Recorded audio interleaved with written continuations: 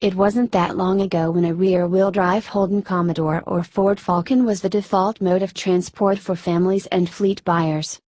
Those wanting a bit more poke opted for V8 or turbocharged 6-cylinder variants to increase the smile factor. But today, that's all changed. People have fallen out of love with big cars and in love with SUVs. In fact, over 50% of cars sold now are SUVs. Holden's decision to stick with the Commodore name for its next generation of large car hasn't fallen on deaf ears. In fact, most of you have been scathing of Holden's decision to use the Commodore name on a fully imported model. We've brushed that to one side today, and hit the road for Holden's top secret proving ground in Lang Lang, Victoria, to see whether the new Opel Insignia-based Holden Commodore stacks up as a Commodore and lives up to that famous name.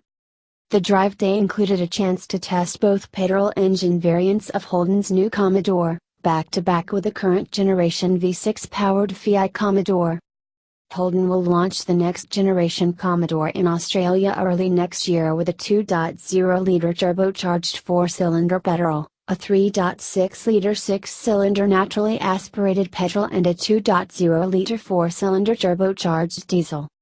The 2.0-litre unit will produce 191 kilowatts of power and 350 Newton-meters of torque. It'll sprint from 0 to 100 km per hour in around 7.0 seconds and will use less than 8.0 liters of fuel per 100 km. It will be offered exclusively in front-wheel drive, with a 9-speed automatic gearbox, and will be available in both hatchback and wagon. The 3.6-liter V6 steps it up a notch, producing 230 kilowatts of power and 370 Newton-meters of torque.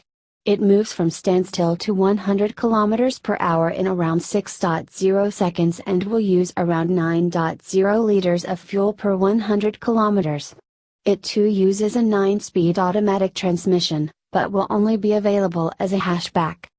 Power outputs for the 2.0-liter diesel haven't been confirmed yet, but we know it will use an 8-speed automatic gearbox, rather than the 9-speed. And, it's likely to be offered in both hatchback and wagon versions.